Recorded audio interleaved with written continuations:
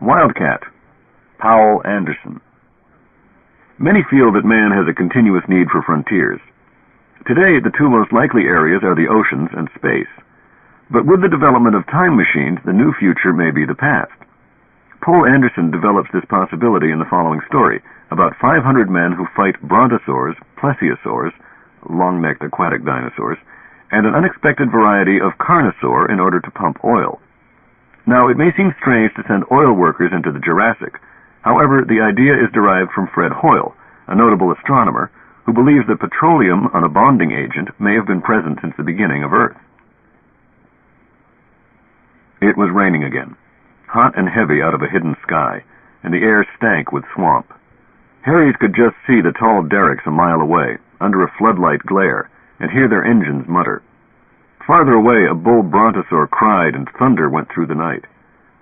Harries's boots resounded hollowly on the dock. Beneath the slicker, his clothes lay sweat-soggy. The rain spilled off his hat and down his collar. He swore in a tired voice and stepped onto his gangplank. Light from the shack on the barge glimmered off drenched wood. He saw the snaky neck just in time as it reared over the gangplank rail and struck at him. He sprang back, grabbing for the magnum carbine slung over one shoulder. The plesiosaur hissed monstrously and flipper-slapped the water. It was like a cannon going off. Harries threw the gun to his shoulder and fired. The long, sleek form took the bullet, somewhere, and screamed. The raw noise hurt the man's eardrums. Feet thudded over the wharf. Two guards reached Harries and began to shoot into the dark water. The door of the shack opened and a figure stood black against its yellow oblong, a Tommy gun stammering idiotically in its hands. "Cut it out," bawled Harries. "That's enough. Hold your fire." Silence fell. For a moment only the ponderous rainfall had voice. Then the brontosaur bellowed again remotely, and there were seethings and croakings in the water. "He got away," said Harries. "Or more likely his pals are now stripping him clean. Blood smell." A dull anger lifted in him. He turned and grabbed the lapel of the nearest guard. "How often do I have to tell you characters every gangway has to have a man near it with grenades?" "Yes, sir. Sorry, sir." Harries was a large man, and the other face looked up at him, white and scared in the wan electric radiance. "I just went off to the head." "You'll stay here," said Harries. "I don't care if you explode. Our presence draws these critters, and you ought to know that by now. They've already snatched 2 men off this dock. They nearly got a third tonight, me. At the first suspicion of anything out there, you're to pull the pin on a grenade and drop it in the water, understand? One more dereliction like this, and you're fired. No." He stopped, grinning humorlessly. "That's not much of a punishment, is it? A week in hack on bread." The other guard bristled.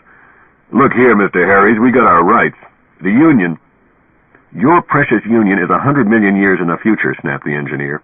"It was understood that this is a dangerous job, that we're subject to martial law, and that I can discipline anyone who steps out of line. Okay, remember." He turned his back and tramped across the gangplank to the barge deck. It boomed underfoot. With the excitement over, the shack had been closed again. He opened the door and stepped through, peeling off his slicker. 4 men were playing poker beneath an unshaded bulb. The room was small and cluttered, hazy with tobacco smoke and the Jurassic mist. A 5th man lay on one of the bunks, reading. The walls were gaudy with pin-ups. Olson riffled the cards and looked up.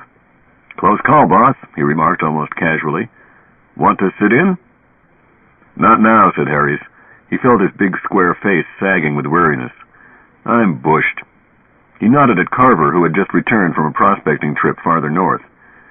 "We lost one more derrick today." "Huh?" said Carver. "What happened this time?"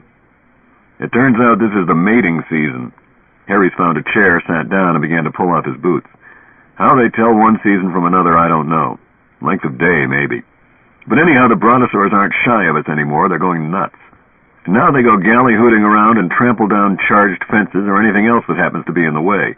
They've smashed 3 rigs to date and 1 man. Carver raised an eyebrow in his chocolate-colored face. It was a rather sour standing joke here, how much better the Negroes looked than anyone else. A white man could be outdoors all his life in this clouded age and remain pasty. "Haven't you tried shooting them?" he asked. "Ever try to kill a brontosaur with a rifle?" snorted Harries. "We can mess them up a little with 50 caliber machine guns or a bazooka, just enough so they decide to get out of the neighborhood. But being less intelligent than a chicken, they take off in any old direction. Makes as much havoc as the original Rampage. His left boot hit the floor with a sullen thud. I've been begging for a couple of atomic howitzers, but it has to go through channels. Channels! Fury spurted in him. 500 human beings stuck in this nightmare world, and our requisitions have to go through channels. Olson began to deal the cards. Polanski gave the man in the bunk a chill glance. "You're the wheel, Simons," he said. "Why the devil don't you goose the great Trans-Temporal Oil Company?" "Nuts," said Carver. "The great benevolent all-wise United States government is what counts. How about it, Simons?" You never got a rise out of Simons, the human tape recorder. Just a playback of the latest official line. Now he laid his book aside and sat up in his bunk. Harry's noticed that the volume was Marcus Aurelius, in Latin yet. Simons looked at Carver through steel-rimmed glasses and said in a dusty tone, "I am only the controller and supply supervisor. In effect, a chief clerk. Mr. Harries is in charge of operations."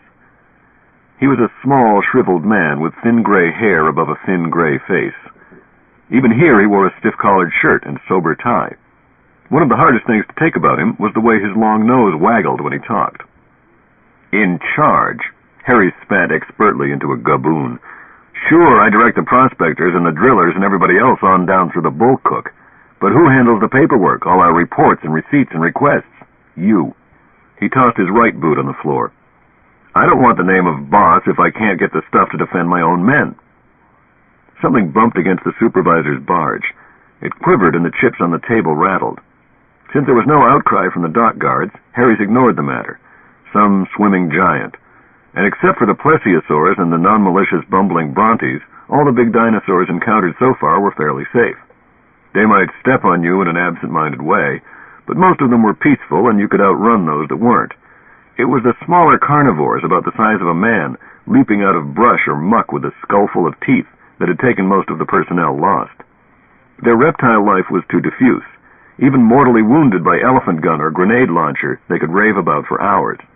They were the reason for sleeping on barges tied up by this sodden coast, along the gulf that would someday be Oklahoma. Simon spoke in his tight little voice. "I send your recommendations in, of course. The project office passes on them." "I'll say it does," muttered young Greenstein irreverently. "Please do not blame me," insisted Simons. "I wonder." Harries glowered at him. Simons had an in of some kind. That was obvious. A man who was simply a glorified clerk would not be called to Washington for unspecified conferences with unspecified people as often as this one was. But what was he then? A favorite relative? No. In spite of high pay, this operation was no political plum. FBI? Scarcely. The security checks were all run in the future. A hack in the bureaucracy? That was more probable. Simons was here to see that oil was pumped and dinosaurs chased away, and the hideously fecund jungle kept beyond the fence according to the least comma in the latest directive from headquarters. The small man continued, "It has been explained to you officially that the heavier weapons are all needed at home. The international situation is critical. You ought to be thankful you were safely back in the past."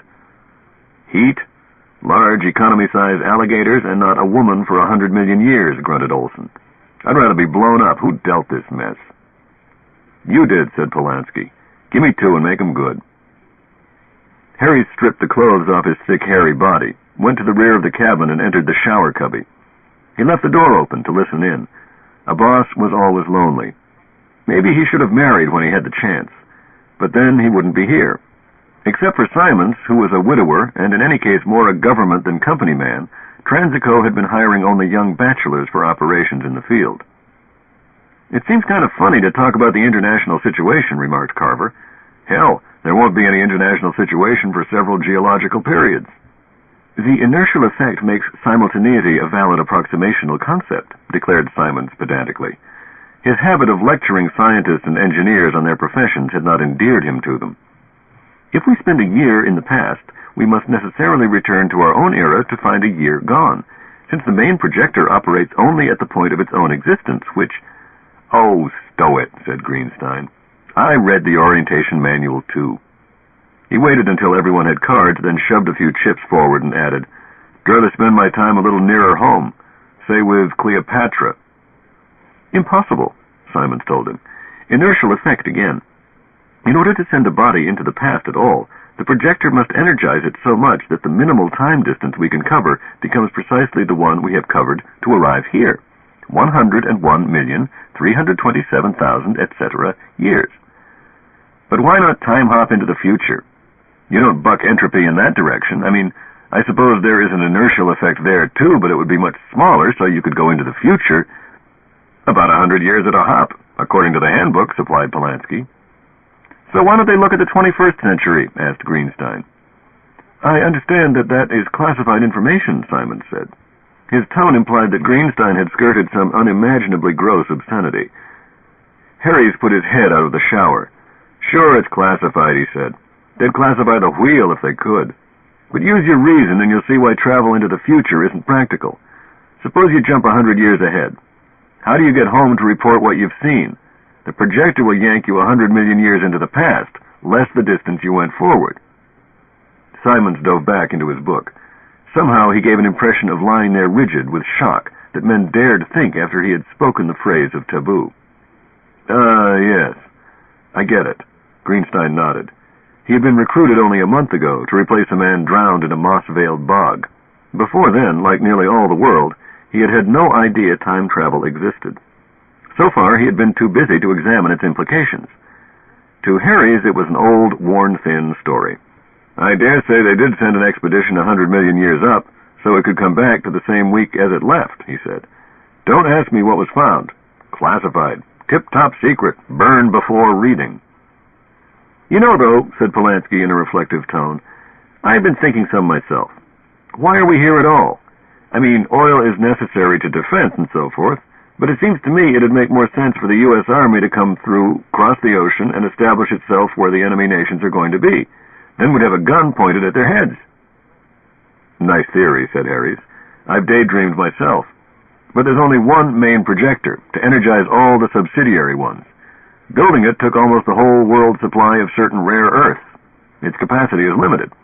If we started sending military units into the past, it'd be a slow and cumbersome operation.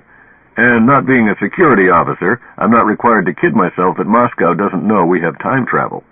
They've probably even given Washington a secret ultimatum. Start sending back war material in any quantity and we'll hit you with everything we've got. But evidently they don't feel strongly enough about our pumping oil on our own territory, or what will one day be our own territory, to make it a casus belli. Just as we don't feel their satellite base in the 20th century is dangerous enough for us to fight about, said Greenstein. But I suspect we're the reason they agreed to make the moon a neutral zone. Same old standoff. I wonder how long it can last, murmured Polanski. Not much longer, said Olson. Read your history. I'll see you, Greenstein boy, and raise you too. Harries let the shower run about him. At least there was no shortage of hot water. Transico had sent back a complete nuclear reactor. But civilization and war still ran on oil, he thought, and oil was desperately short up there. Time, he reflected, was a paradoxical thing. The scientist had told him it was utterly rigid. Perhaps, though of course it would be a graveyard secret, the Cloak and Dagger boys had tested that theory the hard way, going back into the historical past. It could be done, after all, Harry suspected, by a roundabout route that consumed fabulous amounts of energy. In an attempt to head off the Bolshevik Revolution, it would have failed. Neither past nor future could be changed. They could only be discovered. Some of Transico's men had discovered death, an eon before they were born.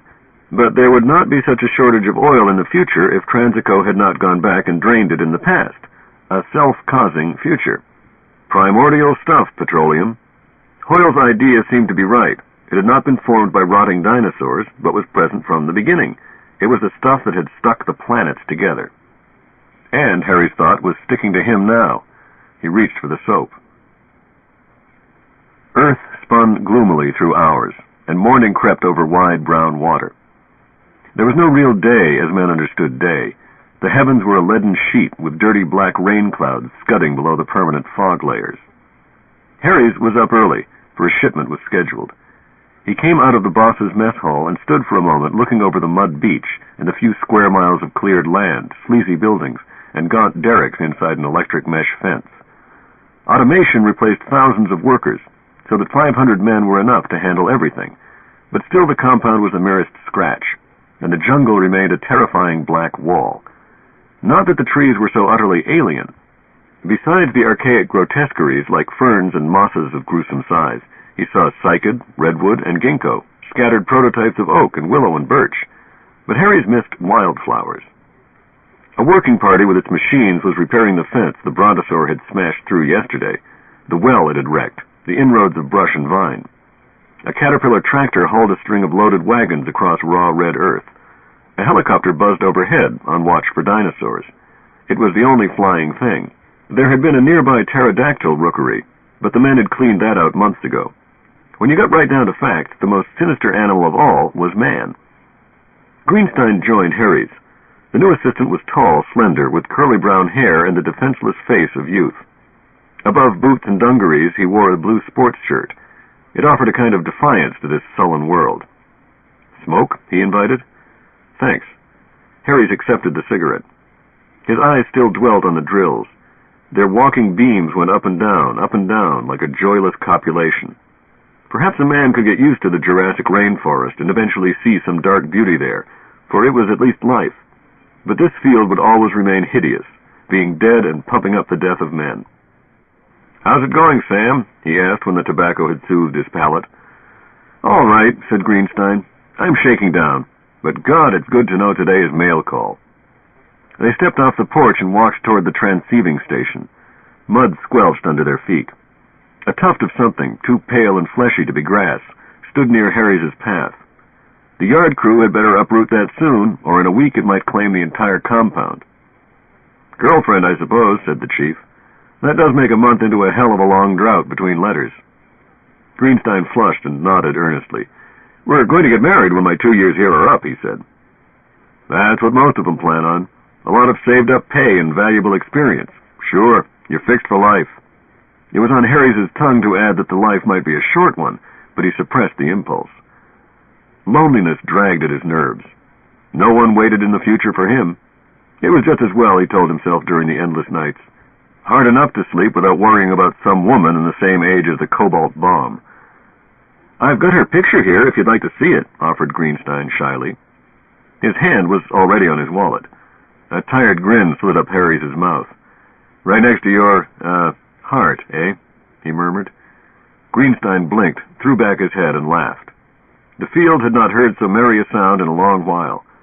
Nevertheless, he showed the other man a pleasant-faced, unspectacular girl. Out in the swamp, something hooted and threshed about. Impulsively, Harry's asked, "How do you feel about this operation, Sam?" "Huh? Why, it's interesting work. And a good bunch of guys." "Even Simons?" "Oh, he means well. We could have more fun if he didn't bunk with us." "He can't help being old," said Greenstein. Harry's glanced at the boy. "You know," he said, "you're the first man in the Jurassic period who's had a good word for Ephraim Simons. I appreciate that. I'd better not say whether or not I share the sentiment, but I appreciate it." His boots sludged ahead, growing heavier with each step. "You still haven't answered my first question," he resumed after a while. "I didn't ask if you enjoyed the work. I asked how you feel about it, its purpose. We have the answers here to questions which science has been asking, will be asking, for centuries. And yet, except for a couple of under-equipped paleobiologists who aren't allowed to publish their findings, we're doing nothing but rape the Earth in an age before it has ever conceived us."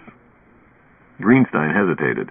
Then, with a surprised dryness, "You're getting too psychoanalytic for me, I'm afraid."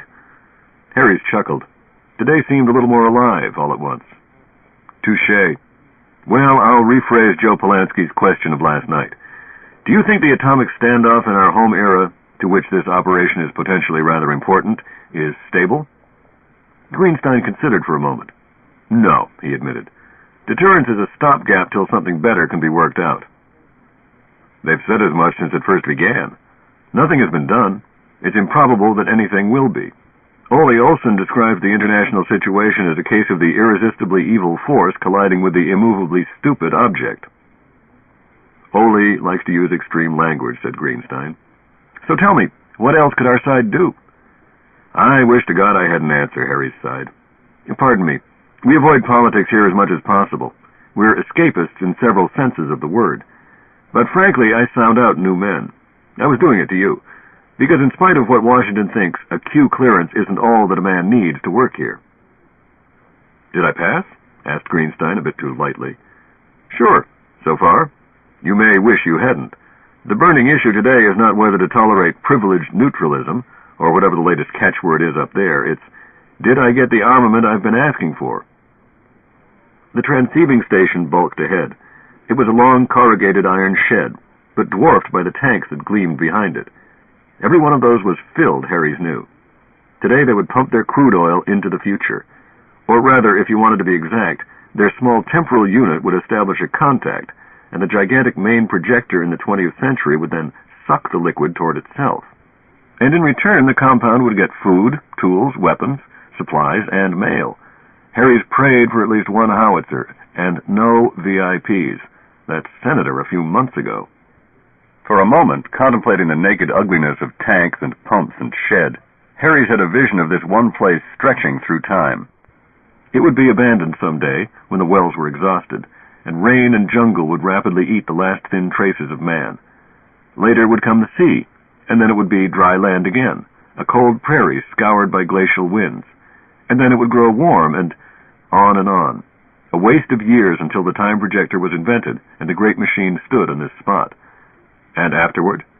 Harries didn't like to think what might be here after that. Simons was already present. He popped rabbit-like out of the building, a coded manifest in one hand, a pencil behind his ear. "Good morning, Mr. Harries," he said. His tone gave its usual impression of stiff self-importance. "Morning. All set in there?" Harries went in to see for himself. A spatter of rain began to fall, noisy on the metal roof. The technicians were at their posts and reported clear. Outside, one by one, the rest of the men were drifting up. This was mail day, and little work would be done for the remainder of it. Harries laid the sack of letters to the future inside the shed in its proper spot. His chronometer said 1 minute to go. "Stand by." At the precise time, there was a dim whistle in the air and an obscure pulsing glow. Meters came to life. The pumps began to throb, driving crude oil through a pipe that faced open-ended into the shed. Nothing emerged that Harries could see. Good. Everything in order. The other end of the pipe was 100 million years in the future. The mail sack vanished with a small puff as air rushed in where it had waited. Harries went back outside. Excuse me." He turned around with a jerkiness that told him his nerves were half unraveled. "Yes," he snapped. "May I see you a moment?" asked Simons. "Alone?" And the pale eyes behind the glasses said it was not a request, but an order. Harries nodded curtly, swore at the men for hanging around idle when the return shipment wasn't due for hours, and led the way to a porch tacked onto one side of the transceiving station. There were some camp stools beneath it. Simons hitched up his khakis as if they were a business suit and sat primly down, his hands flat on his knees. "A special shipment is due today," he said. "I was not permitted to discuss it until the last moment." Harries curled his mouth. "Go tell security that the Kremlin won't be built for 100 million years. Maybe they haven't heard." What no one knew, no one could put into a letter home. "The mail is censored anyway. Our friends and relatives think we're working somewhere in Asia." Harry spat into the mud and said, "And in another year, the first lot of recruits are due home.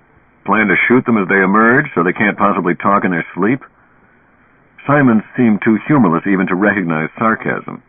He pursed his lips and declared, "Some secrets need be kept for a few months only, but within that period they must be kept." Okay, let's hear what's coming today." "I am not allowed to tell you that, but about half the total tonnage will be crates marked top secret.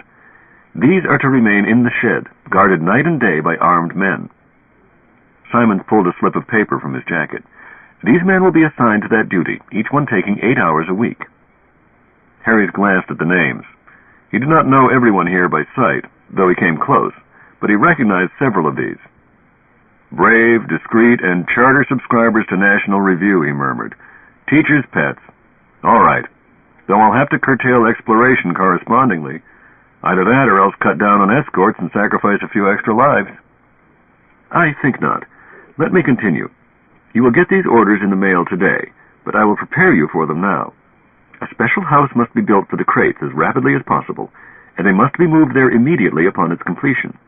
I have the specifications in my office safe. Essentially, it must be air-conditioned, burglar-proof, and strong enough to withstand all natural hazards." "Whoa there!" Harry stepped forward. That's going to take reinforced concrete, and materials will be made available, said Simons. He did not look at the other man, but stared straight ahead of him, across the rain-smoky compound to the jungle. He had no expression on his pinched face, and the reflection of light off his glasses gave him a strangely blind look. But Judas Priest! Harry threw his cigarette to the ground. It was swallowed in mud and running water. He felt the heat enfold him like a blanket. There's the labor, too, the machinery, and how the devil am I expected to expand this operation if... Expansion will be temporarily halted, cut in Simons. You will simply maintain current operations with skeleton crews. The majority of the labor force is to be reassigned to construction. What? The compound fence must be extended and reinforced. A number of new storehouses are to be erected to hold certain supplies, which will presently be sent to us. Bunkhouse barges for an additional 500 are required. And this, of course, entails more sick bay, recreational, mess, laundry, and other facilities. Harry stood dumbly staring at him. Pale lightning flickered in the sky. The worst of it was, Simons didn't even bother to be arrogant. He spoke like a schoolmaster. Oh, no, whispered Harry's after a long while. They're not going to try to establish that Jurassic military base after all. The purpose is classified. Yeah, sure, classified. Arise, ye duly cleared citizens of democracy, and cast your ballot on issues whose nature is classified, that your leaders whose names and duties are classified may... Great hopping balls of muck. Harry swallowed. Vaguely through his pulse he felt his fingers tighten into fists. I'm going up, he said. I'm going to protest personally in Washington. That is not permitted, Simon said in a dry, clipped tone. Read your contract. You are under martial law. Of course, and his tone was neither softer nor harder, you may file a written recommendation. Harry stood for a while. Out beyond the fence stood a bulldozer, wrecked and abandoned. The vines had almost buried it, and a few scuttering little marsupials lived there. Perhaps they were his own remote ancestors. He could take a .22 and go pot-shooting at them someday. I'm not permitted to know anything, he said at last. But is curiosity allowed? An extra 500 men aren't much. I suppose, given a few airplanes and so on, 1,000 of us could plant atomic bombs where enemy cities will be. Or could we? Can't locate them without astronomical studies first, and it's always clouded here. So it would be practical to booby-trap only with mass-action weapons. A few husky cobalt bombs, say. But there are missiles available to deliver those in the 20th century, so what is the purpose? You will learn the facts in due course, answered Simons. At present, the government has certain military necessities. Ha, said Harries. He folded his arms and leaned against the roof post. It sagged a bit. Shoddy work, shoddy world, shoddy destiny. Military horses' necks. I'd like to get one of those prawn-eyed brass hats down here just for a week, to run his precious security check on a lovesick brontosaur. But I'll probably get another visit from Senator Lardhead, the one who took up 2 days of my time walking around asking about the possibilities of farming. Farming! Senator Wien is from an agricultural state. Naturally, he would be interested in making sure that nobody here starts raising food and shipping it back home to bring grocery prices down to where people can afford an occasional steak, sure. I'll bet it costs us 1,000 man-hours to make his soil test and tell him, yes, given the proper machinery, this land could be farmed. Of course, maybe I do him an injustice. Senator Wien is also on the Military Affairs Committee, isn't he? He may have visited us in that capacity, and soon we'll get a directive to start our own little victory gardens. Your language is close to being subversive, declared Simons out of prune-wrinkled lips. Senator Wien is a famous statesman. For a moment, the legislator's face rose in Harry's memory. It had been the oldest and most weary face he had ever known. Something had burned out in the man who fought a decade for honorable peace. The knowledge that there was no peace, and could be none, became a kind of death. And Senator Wien dropped out of his Free World Union organization to arm his land for Ragnarok. Briefly, his anger fading, Harries pitied Senator Wien, and the President, and the Chief of Staff, and the Secretary of State, for their work must be like a nightmare where you strangled your mother and could not stop your hands. It was easier to fight dinosaurs. He even pitied Simons, until he asked if his request for an atomic weapon had finally been okayed, and Simons replied, certainly not. Then he spat at the clerk's feet and walked out into the rain. After the shipment and guards were seen to, Harries dismissed his men. There was an uneasy buzz among them at the abnormality of what had arrived. But today was mail day, after all, and they did not ponder it long. He would not make the announcement about the new orders until tomorrow. He got the magazines and newspapers to which he subscribed. No one up there now cared enough to write to him, though his parents had existed in the section of space-time that ended only a year before he took this job, and wandered off to the boss's barge to read a little. The 20th century looked still uglier than it had last month. The nations felt their pride and saw no way of retreat. The Middle Eastern War was taking a decisive turn, which none of the great powers could afford. Harries wondered if he might not be cut off in the Jurassic. A single explosion could destroy the main projector. 500 womanless men in a world of reptiles. He'd take the future, cobalt bomb and all. After lunch there fell a quiet, Sunday kind of atmosphere. Men lay in their bunks, reading their letters over and over. Harries made his rounds, machines and kitchen and sick bay, inspecting. "I guess we'll discharge O'Connor tomorrow," said Dr. Yamaguchi. "He can do light work with that stator on his arm. Next time tell him to duck when a power shovel comes down." "What kind of sick calls have you been getting?" asked the chief. Yamaguchi shrugged. "Usual things, very minor. I'd never have thought this swamp country could be so healthful. I guess disease germs that can live on placental mammals haven't evolved yet." Father Gonzalez, one of the camp's 3 chaplains, buttonholed Harries as he came out. "Can you spare me a minute?" he said. "Sure, Padre. What is it?" "About organizing some baseball teams. We need more recreation. This is not a good place for men to live." "Sawbones was just telling me." "I know. No flu, no malaria, oh yes. But man is more than a body." "Sometimes I wonder," said Harries. "I've seen the latest headlines. The dinosaurs have more sense than we do." "We have the capacity to do nearly all things," said Father Gonzalez. "At present, I mean in the 20th century, we seem to do evil very well. We can do as much good, given the chance." "Who is denying us the chance?" asked Harries. "Just ourselves, H. sapiens. Therefore I wonder if we really are able to do good." "Don't confuse sinfulness with damnation," said the priest.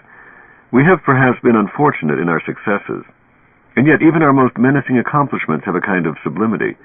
The time projector, for example. If the minds able to shape such a thing in metal were only turned toward human problems, what could we not hope to do?" "But that's my point," said Harries. "We don't do the high things. We do what's trivial and evil so consistently that I wonder if it isn't in our nature. Even this time travel business. More and more I'm coming to think there's something fundamentally unhealthy about it, as if it's an invention that only an ingrown mind would have made first." "First?" Harries looked up into the steaming sky. A foul wind met his face. "There are stars above those clouds," he said, "and most stars must have planets. I've not been told how the time projector works, but elementary differential calculus will show that travel into the past is equivalent to attaining, momentarily, an infinite velocity. In other words, the basic natural law that the projector uses is one that somehow goes beyond relativity theory. If a time projector is possible, so is a spaceship that can reach the stars in a matter of days, maybe of minutes or seconds. If we were sane, Padre, we wouldn't have been so anxious for a little organic grease and the little military advantage involved that the first thing we did was go back into the dead past after it. No, we'd have invented that spaceship first, and gone out to the stars where there's room to be free and to grow. The time projector would have come afterward as a scientific research tool." He stopped, embarrassed at himself and trying awkwardly to grin. "Excuse me, sermons are more your province than mine." "It was interesting," said Father Gonzalez, "but you brood too much. So do a number of men. Even if they have no close ties at home, it was wise to pick them for that. They are all of above-average intelligence and aware of what the future is becoming. I'd like to shake them out of their depression. If we could get some more sports equipment." "Sure. I'll see what I can do." "Of course," said the priest, "the problem is basically philosophical. Don't laugh. You too were indulging in philosophy, and doubtless you think of yourself as an ordinary, unimaginative man. Your wildcatters may not have heard of Aristotle, but they are also thinking men in their way. My personal belief is that this heresy of a fixed, rigid timeline lies at the root of their growing sorrowfulness, whether they know it or not." "Heresy?" The engineer lifted thick, sandy brows. "It's been proved. It's the basis of the theory which showed how to build a projector. That much I do know." How could we be here if the Mesozoic were not just as real as the Cenozoic? But if all time is coexistent, then all time must be fixed, unalterable, because every instant is the unchanging past of some other instant. Perhaps so, from God's viewpoint, said Father Gonzalez. But we are mortal men, and we have free will. The fixed time concept need not, logically, produce fatalism. Remember, Harries, man's will is an important reason why 20th century civilization is approaching suicide. If we think we know our future is unchangeable, if our every action is foreordained, if we are doomed already, what's the use of trying? Why go through the pain of thought, of seeking an answer and struggling to make others accept it? But if we really believed in ourselves, we would look for a solution and find one. Maybe, said Harries uncomfortably. Well, give me a list of the equipment you want, and I'll put in an order for it the next time the mail goes out. As he walked off, he wondered if the mail would ever go out again. Passing the rec hall, he noticed a small crowd before it and veered to see what was happening. He could not let men gather to trade doubts and terrors, or the entire operation was threatened. In plain English, he told himself with a growing bitter honesty, I can't permit them to think. But the sound which met him under the subtly alien rustle of forest leaves and the distant bawl of a thunder lizard was only a guitar. Chords danced forth beneath expert fingers, and a young voice belted, I traveled this wide world over, 100 miles or more, but a saddle on a milk cow I never seen before. Looking over his shoulders, Harries made out Greenstein, sprawled on a bench and singing. He heard chuckles from the listeners. Well deserved. The kid was good. Harries wished he could relax and simply enjoy the performance. Instead, he must note that they were finding it pleasant, and that swamp and war were alike forgotten for a valuable few minutes. The song ended. Greenstein stood up and stretched. Hi, boss, he said. Hard, wind-beaten faces turned to Harries, and a mumble of greeting went around the circle. He was well enough liked, he knew, insofar as a chief can be liked, but that is not much. A leader can inspire trust, loyalty, what have you, but he cannot be humanly liked, or he is no leader. That was good, said Harries. I didn't know you played. I didn't bring this whang box with me, since I had no idea where I was going till I got here, answered Greenstein. Wrote home for it, and it arrived today. A heavily muscled, crew-cut man said, You ought to be on the entertainment committee. Harries recognized Worth, one of the professional patriots who would be standing guard on Simons's crates, but not a bad sort, really, after you learn to ignore his rather tedious opinions. Greenstein said an indelicate word. I'm sick of committees, he went on. We've gotten so much into the habit of being herded around, everybody in the 20th century has, that we can't even have a little fun without first setting up a committee. Worth looked offended, but made no answer. It began to rain again, just a little. Go on now, anyway, said Joe Eaglewing. Let's not take ourselves so goddamn serious. How about another song? Not in the wet. Greenstein returned his guitar to its case. The group began to break up, some to the hall and some back toward their barges. Harries lingered, unwilling to be left alone with himself. About that committee, he said, you might reconsider. It's probably true what you claim, but we're stuck with the situation. We've simply got to tell most of the boys, now is the time to be happy, or they never will be. Greenstein frowned. Maybe so, but hasn't anyone ever thought of making a fresh start? Of unlearning those bad habits? You can't do that within the context of an entire society's vices, said Harries. And how are you going to get away? Greenstein gave him a long look. How the devil did you ever get this job, he asked. You don't sound like a man who'd be cleared for a dishwashing assistantship. Harries shrugged. All my life I've liked totalitarianism even less than what passes for democracy. I served in a couple of the minor wars and... no matter. Possibly I might not be given the post if I applied now. I've been here more than a year, and it's changed me some. It must, said Greenstein, flickering a glance at the jungle. How's things at home? Asked Harries, anxious for another subject. The boy kindled. Oh, terrific, he said eagerly. Miriam, my girl, you know, she's an artist, and she's gotten a commission to... The loudspeaker coughed and blared across the compound into the strengthening rain. Attention! Copter to ground, attention! Large biped dinosaur about 2 miles away, north-northeast, coming fast. Harries cursed and broke into a run. Greenstein paced him. Water sheeted where their boots struck. What is it, he called. I don't know, yet, but it might be a really big Carnivore. Harry's reached the headquarters shack and flung the door open. A panel of levers was set near his personal desk. He slapped one down, and the combat station siren skirled above the field. Harry's went on. I don't know why anything biped should make a beeline for us, unless the smell of blood from the critter we drove off yesterday is attracting it. The smaller carnivores are sure as hell drawn. The charged fence keeps them away, but I doubt if it would do much more than enrage a dinosaur. Follow me. Jeeps were already leaving their garage when Harry's and Greenstein came out. Mud leaped up from their wheels and dripped back off the fenders. The rain fell harder until the forest beyond the fence blurred and the earth smoked with vapors. The helicopter hung above the derricks, like a skeleton vulture watching a skeleton army, and the alarm sirens filled the brown air with screaming. "Can you drive one of these buggies?" asked Harry's. "I did in the Army," said Greenstein. "Okay, we'll take the lead one. The main thing is to stop that beast before it gets in among the wells." Harry's vaulted the right-hand door and planted himself on sopping plastic cushions. A .50 caliber machine gun was mounted on the hood before him, and the microphone of a police car radio hung at the dash. 5 jeeps followed as Greenstein swung into motion. The rest of the crew, ludicrous ants across these wide, wet distances, went scurrying to defend the most vital installations. The north gate opened, and the cars splashed out beyond the fence. There was a strip several yards across, also kept cleared. Then the jungle wall rose, black, brown, dull red, and green and yellow. Here and there along the fence an occasional bone gleamed up out of the muck, some animal shot by a guard or killed by the voltage.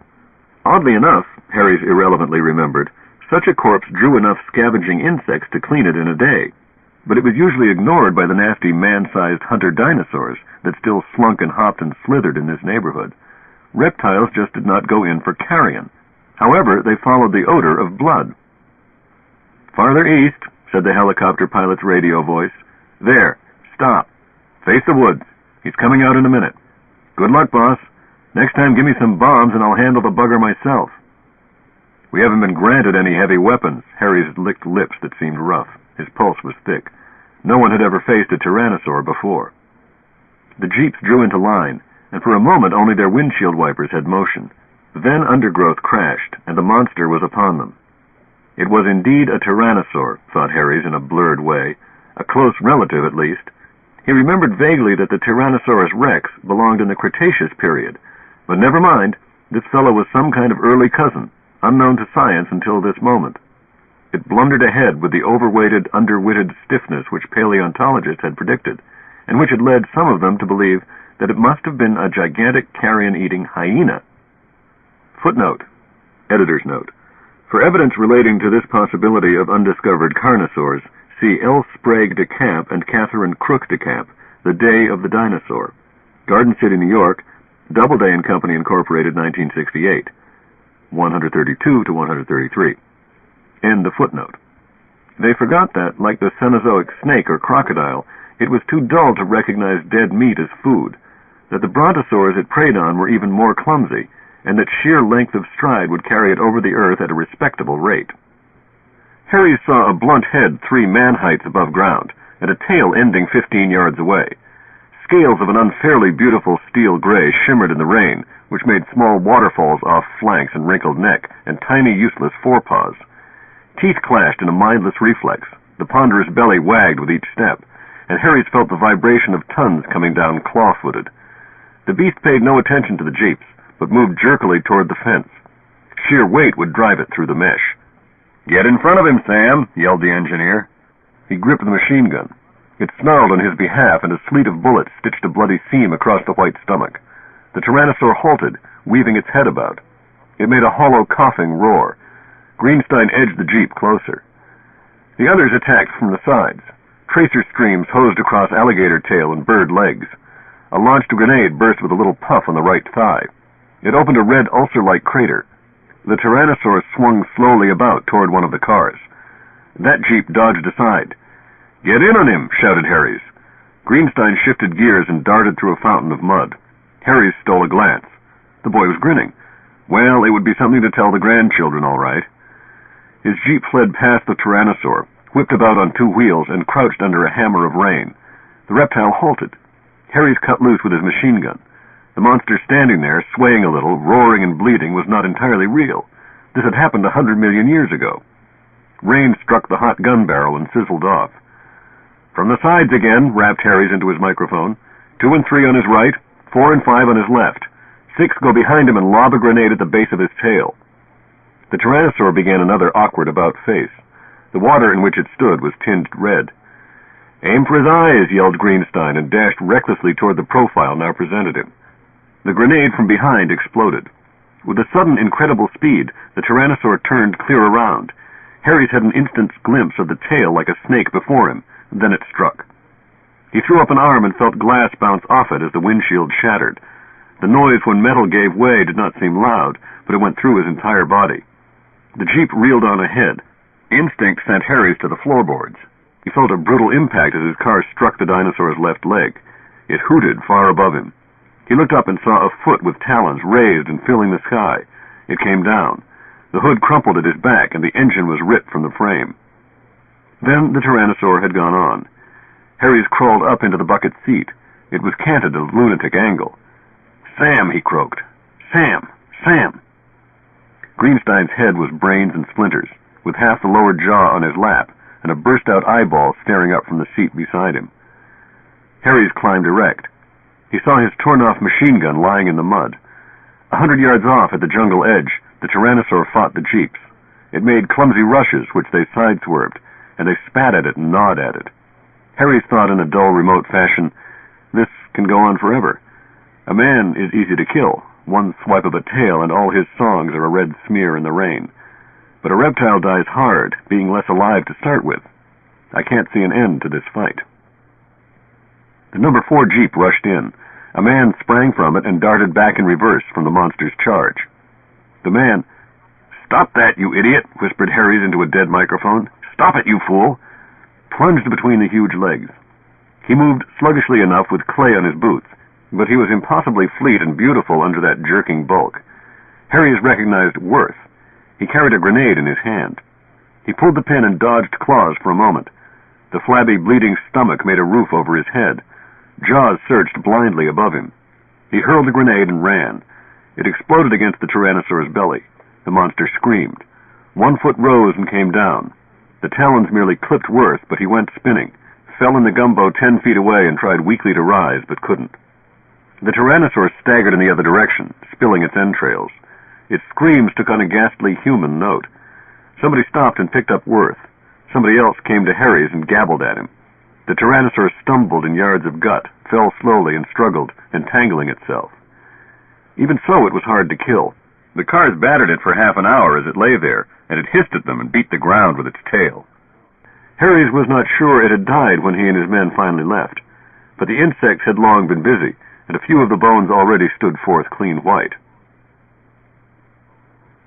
The phone jangled on Harries' desk. He picked it up. "Yeah?" "Yamaguchi in sickbay," said the voice. "Thought you'd want to know about Worth." "Well?" "Broken lumbar vertebra. He'll live, possibly without permanent paralysis, but he'll have to go back for treatment." "And be held incommunicado a year till his contract's up. I wonder how much of a patriot he'll be by that time." "What?" "Nothing. Can it wait till tomorrow? Everything's so disorganized right now. I'd hate to activate the projector." "Oh, yes. He's under sedation anyway," Yamaguchi paused. "And the man who died—" "Sure. We'll ship him back, too. The government will even supply a nice coffin. I'm sure his girlfriend will appreciate that." "Do you feel well?" asked Yamaguchi sharply. "They were going to be married," said Harries.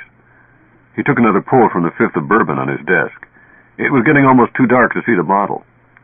"Since patriotism nowadays, in the future, I mean, in our own home, sweet home, since patriotism is necessarily equated with necrophilia, in that the loyal citizen is expected to rejoice every time his government comes up with a newer gadget for mass-producing corpses, I am sure the young lady will just love to have a pretty coffin.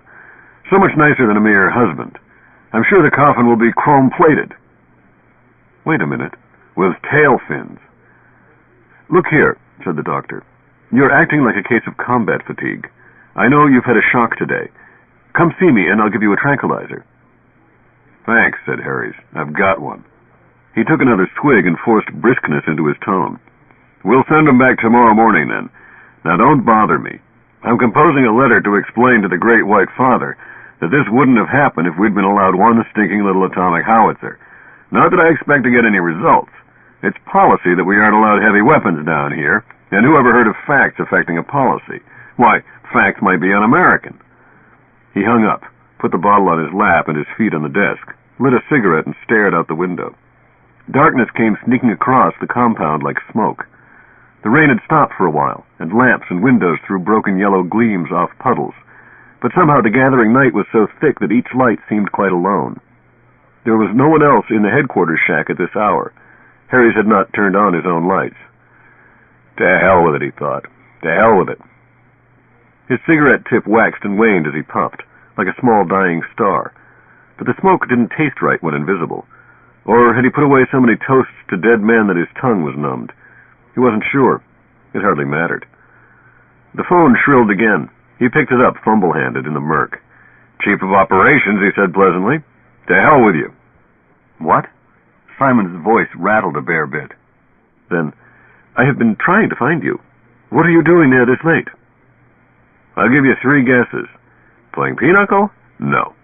Carrying on a sordid affair with a lady iguanodon? No. None of your business? Right. Give that gentleman a box of cigars." "Look here, Mr. Harries," stated Simons. "This is no time for levity. I understand that Matthew Worth was seriously injured today. He was supposed to be on guard duty tonight, the secret shipment. This has disarranged all my plans." "My nose bleeds for you." "The schedule of duties must be revised. According to my notes, Worth would have been on guard from midnight until 4 a.m. Since I do not know precisely what other jobs his fellows are assigned to, I cannot single any one of them out to replace him. Will you do so? Select a man who can then sleep later tomorrow morning?" "Why?" asked Harries. "Why? Because, I know, because Washington said so. Washington is afraid some nasty dinosaur from what is going to be Russia will sneak in and look at an unguarded crate and hurry home with the information. Sure, I'll do it. I just wanted to hear you sputter." Harries thought he made out an indignant breath sucked past an upper plate. "Very good," said the clerk. "Make the necessary arrangements for tonight, and we will work out a new rotation of watches tomorrow." Harries put the receiver back. The list of tight-lipped, tight-minded types was somewhere in his desk, he knew vaguely. A copy, rather. Simons had a copy. No doubt copies would be going to the Pentagon and the FBI and the Transico Personnel Office, and, well, look at the list. Compare it with the work schedule, see who wouldn't be doing anything of critical importance tomorrow forenoon, and put him on a bit of sentry go. Simple. Harries took another swig. He could resign, he thought. He could back out of the whole fantastically stupid, fantastically meaningless operation. He wasn't compelled to work. Of course, they could hold him for the rest of his contract. It would be a lonesome year. Or maybe not. Maybe a few others would trickle in to keep him company. To be sure, he'd then be under surveillance the rest of his life. But who wasn't, in a century divided between 2 garrisons? The trouble was, he thought, there was nothing a man could do about the situation. You could become a peace-at-any-cost pacifist and thereby effectively league yourself with the enemy. And the enemy had carried out too many cold massacres for any halfway sane man to stomach. Or you could fight back, thus becoming more and more like what you fought, and hazard planetary incineration against the possibility of a tolerable outcome. It only took one to make a quarrel, and the enemy had long ago elected himself that one. And now it was probably too late to patch up the quarrel. Even if important men on both sides wished for a disengagement, what could they do against their own fanatics, vested interests, terrified common people, against the whole momentum of history? Hell take it, thought Harries. We may be damned, but why must we be fools into the bargain? Somewhere a brontosaur hooted, witlessly plowing through a night swamp. Well, I'd better... No. Harry stared at the end of his cigarette. It was almost scorching his fingers. At least he thought, at least he could find out what he was supposed to condone. A look into those crates, which should have held the guns he had begged for, and perhaps some orchestral and scientific instruments, and instead held God knew what piece of pentagonal-brained idiocy. A look would be more than a blow in Simon's smug eye. It would be an assertion that he was Harry's, a free man, whose existence had not yet been pointlessly spilled from a splintered skull. He, the individual, would know what the team planned, and if it turned out to be a crime against reason, he could at the very least resign and sit out whatever followed. Yes. By the dubious existence of divine mercy, yes. Again, a bit of rain, a small warm touch in his face like tears. Harry splashed to the transceiver building and stood quietly in the sudden flashlight glare. At last, out of blackness, the sentry's voice came. "Oh, it's you, sir." "Uh-huh. You know, Worth got hurt today? I'm taking his watch." "What? But I thought—" "Policy," said Harry's. The incantation seemed to suffice. The other man shuffled forth and laid his rifle in the engineer's hands. "And here's the glim," he added. "Nobody came by while I was on duty." "What would you have done if somebody had tried to get in?" "Why, stop them, of course." "And if they didn't stop?" The dim face under the dripping hat turned puzzledly toward Harry's. The engineer sighed. "I'm sorry, Thornton. It's too late to raise philosophical questions. Run along to bed." He stood in front of the door, smoking a damp cigarette, and watched the man trudge away. All the lights were out now, except overhead lamps here and there. They were brilliant but remote. He stood in a pit of shadow and wondered what the phase of the moon was, and what kind of constellations the stars made nowadays. He waited. There was time enough for his rebellion. Too much time, really. A man stood in rain, fog about his feet, and a reptile smell in his nose. And he remembered anemones in springtime, strewn under trees still cold and leafless, with here and there a little snow between the roots. Or he remembered drinking beer in a New England country inn one fall day, when the door stood open to red sumac and yellow beech, and a far blue wandering sky. Or he remembered a man snatched under black Jurassic quagmires, a man stepped into red ruin, a man sitting in a jeep and bleeding brains down under the picture of the girl he had planned to marry. And then he started wondering what the point of it all was, and decided that it was either without any point whatsoever, or else had the purpose of obliterating anemones and quiet country inns, and he was forced to dissent somehow. When Thornton's wet footsteps were lost in the dark, Harry's unlocked the shed door and went through. It was smotheringly hot inside. Sweat sprang forth under his raincoat as he closed the door again and turned on his flashlight. Rain tapped loudly on the roof. The crates loomed over him, box upon box, many of them large enough to hold a dinosaur. It had taken a lot of power to ship that tonnage into the past. No wonder taxes were high. And what might the stuff be? A herd of tanks, possibly. Some knocked-down bombers. Lord knew what concept the men who lived in offices insulated from the sky would come up with. And Simons had implied it was a mere beginning. More shipments would come when this had been stored out of the way, and more, and more. Harry's found a workbench and helped himself to tools. He would have to be careful, no sense in going to jail. He laid the flashlight on a handy barrel and stooped down by one of the crates. It was of strong wood, securely screwed together. But while that would make it harder to dismantle, it could be reassembled without leaving a trace. Maybe. Of course, it might be booby-trapped. No telling how far the religion of secrecy could lead the office men. Oh, well, if I'm blown up, I haven't lost much. Harry's peeled off his slicker. His shirt clung to his body. He squatted and began to work. It went slowly. After taking off several boards, he saw a regular manufacturer's crate, open-slatted. Something within was wrapped in burlap. A single curved metal surface projected slightly. What the devil?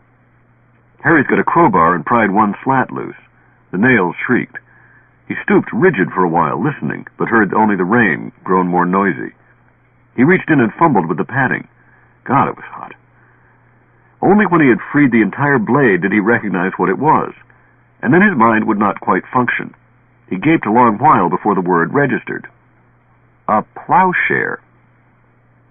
But they don't know what to do with the farm surpluses at home, he said aloud inanely. Like a stranger's, his hands began to repair what he had torn apart. He couldn't understand it. Nothing seemed altogether real anymore. Of course, he thought in a dim way, theoretically anything might be in the other boxes, but he suspected more plows, tractors, discs, combines. Why not bags of seeds? What were they planning to do? Ah! Harry whirled. The flashlight beam caught him like a spear. He grabbed blindly for his rifle. A dry little voice behind the blaze said, "I would not recommend violence." Harry's let the rifle fall. It thudded. Simons closed the shed door behind him and stepped forward in his mincing fashion, another shadow among bobbing, misshapen shadows. He had simply flung on shirt and pants, but bands of night across them suggested necktie, vest, and coat. You see, he explained without passion, all the guards were instructed sub rosa to notify me of anything unusual, even when it did not seem to warrant action on their part. He gestured at the crate. Please continue reassembling it. Harry's crouched down again. Hollowness filled him. His sole wonder was how best to die. For if he were sent back up to the 20th century, surely they would lock him up and lose the key, and the sunlessness of death was better than that. It was strange, he thought, how his fingers used the tools with untrembling skill. Simons stood behind him and held his light on the work. At last he asked primly, "Why did you break in like this?" "I could kill him," thought Harries. "He's unarmed. I could wring his scrawny neck between these two hands and take a gun and go into the swamp to live a few days. But it might be easier just to turn the rifle on myself." He sought words with care, for he must decide what to do, though it seemed remote and scarcely important. "That's not an easy question to answer," he said. "The significant ones never are." Astonished, Harries jerked a glance upward and back, and was the more surprised that he could still know surprise. But the little man's face was in darkness. Harry saw a blank glitter off the glasses. He said, "Let's put it this way. There are limits even to the rights of self-defense. If a killer attacked me, I could fight back with anything I've got. But I wouldn't be justified in grabbing some passing child for a shield." "So you wished to make sure that nothing you would consider illegitimate was in those boxes?" asked Simons academically. "I don't know. What is illegitimate these days? I was disgusted. I liked Greenstein, and he died because Washington had decided we couldn't have bombs or atomic shells. I didn't know how much more I could consent to. I had to find out." "I see." The clerk nodded. "For your information, it is agricultural equipment. Later shipments will include industrial and scientific material, a large reserve of canned food, and as much of the world's culture as it proves possible to microfilm." Harry stopped working, turned around, and rose. His knees would not hold him. He leaned against the crate, and it was a minute before he could get out, "Why?" Simons did not respond at once. He reached forth a precise hand and took up the flashlight Harries had left on the barrel. Then he sat down there himself, with the two glowing tubes in his lap. The light from below ridged his face in shadows, and his glasses made blind circles. He said, as if ticking off the points of an agenda, "You would have been informed of the facts in due course when the next 500 people arrive. Now you have brought on yourself the burden of knowing what you would otherwise have been ignorant of for months yet. I think it may safely be assumed that you will keep the secret and not be broken by it. At least the assumption is necessary." Harries heard his own breath harsh in his throat. "Who are these people?" The papery, half-seen countenance did not look at him, but into the pit-like reaches of the shed. "You have committed a common error," said Simons, as if to a student. "You have assumed that because men are constrained by circumstances to act in certain ways, they must be evil or stupid. I assure you, Senator Wien and the few others responsible for this are neither. They must keep the truth even from those officials within the project whose reaction would be rage or panic instead of a sober attempt at salvage. Nor do they have unlimited powers. Therefore, rather than indulge in tantrums about the existing situation, they use it. The very compartmentalization of effort and knowledge enforced by security helps conceal their purposes and mislead those who must be given some information." Simons paused. A slight frown crossed his forehead, and he tapped an impatient fingernail on a flashlight casing. "Do not misunderstand," he went on. "Senator Wien and his associates have not forgotten their oaths of office, nor are they trying to play God. Their primary effort goes, as it must, to a straightforward dealing with the problems of the 20th century. It is not they who are withholding the one significant datum, a datum which, incidentally, any informed person could reason out for himself if he cared to. It is properly constituted authority, using powers legally granted to stamp certain reports top secret. Of course, the senator has used his considerable influence to bring about the present eventuality, but that is normal politics." Harries growled, "Get to the point, damn you! What are you talking about?" Simons shook his thin gray head. "You are afraid to know, are you not?" he asked quietly. Harries turned about, faced the crate, and beat it with his fist. The parched voice in the night continued to punish him. "You know that a time projector can go into the future about 100 years at a jump, but can only go pastward in jumps of approximately 100 mega-years. We all realize there is a way to explore certain sections of the historical past, in spite of this handicap, by making enough century hops forward before the one long hop backward. But can you tell me how to predict the historical future? Say a century hence. Come, you are an intelligent man. Answer me. Yeah, said Harries. I get the idea. Leave me alone.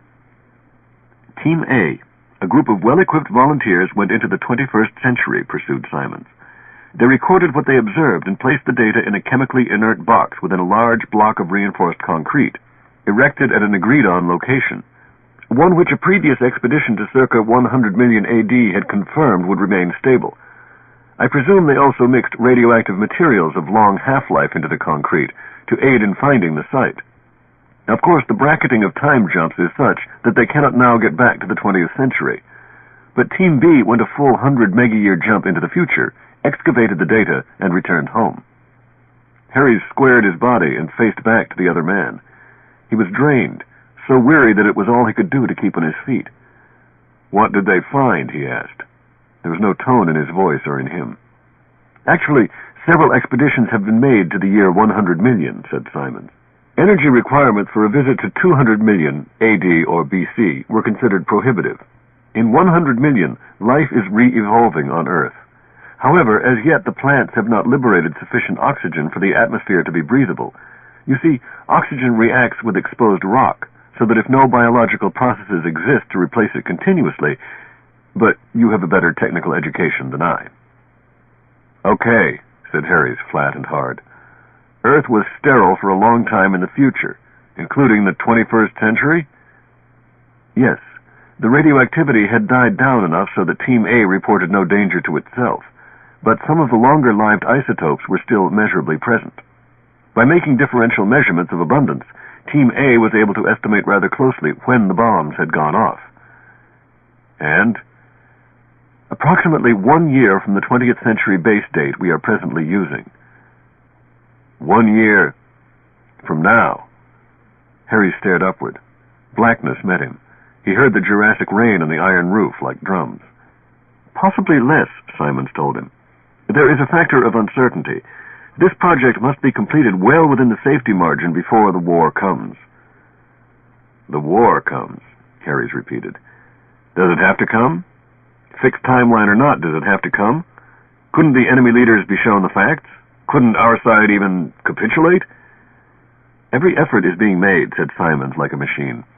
Quite apart from the theory of rigid time, it seems unlikely that they will succeed. The situation is too unstable. One man losing his head and pressing the wrong button can write the end, and there are so many buttons. The very revelation of the truth to a few chosen leaders or to the world public would make some of them panicky. Who can tell what a man in panic will do? This is what I meant when I said that Senator Wien and his co-workers have not forgotten their oaths of office. They have no thought of taking refuge. They know they are old men. To the end, they will try to save the 20th century. But they do not expect it, so they are also trying to save the human race. Harries pushed up from the crate he had been leaning against. Those 500 who are coming, he whispered. Women? Yes. If time remains to rescue a few more after the ones you are preparing for have gone through, it will be done. But there will be at least 1,000 young, healthy adults here in the Jurassic. You face a difficult time, when the truth must be told them. You can see why the secret must be kept until then. It is quite possible that someone here will lose his head. That is why no heavy weapons have been sent. A single deranged person must not be able to destroy everyone. But you will recover. You must. Harries jerked the door open and stared out into the roaring darkness.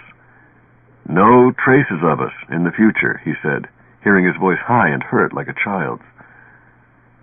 How much trace do you expect would remain after geological eras? Answered Simons. He was still the reproving schoolmaster, but he sat on the barrel and faced the great moving shadows in the corner. It is assumed that you will remain here for several generations, until your numbers and resources have been expanded sufficiently. The Team A I spoke of will join you a century hence. It is also, I might add, composed of young men and women in equal numbers. But this planet, in this age, is not a good home. We trust that your descendants will perfect the spaceships we know to be possible, and take possession of the stars instead. Harries leaned in the doorway, sagging with tiredness and the monstrous duty to survive. A gust of wind threw rain into his eyes. He heard dragons calling in the night. "And you?" he said, for no good reason. "I shall convey any final messages you may wish to send home," said the dried-out voice. Neat little footsteps clicked across the floor until the clerk paused beside the engineer. Silence followed except for the rain. "Surely I will deserve to go home," said Simons. And the breath whistled inward between teeth which had snapped together. He raised his hands, claw-fingered, and screamed aloud. "You can let me go home then!" He began running toward the supervisor's barge. The sound of him was soon lost. Harry stood for a time yet in the door.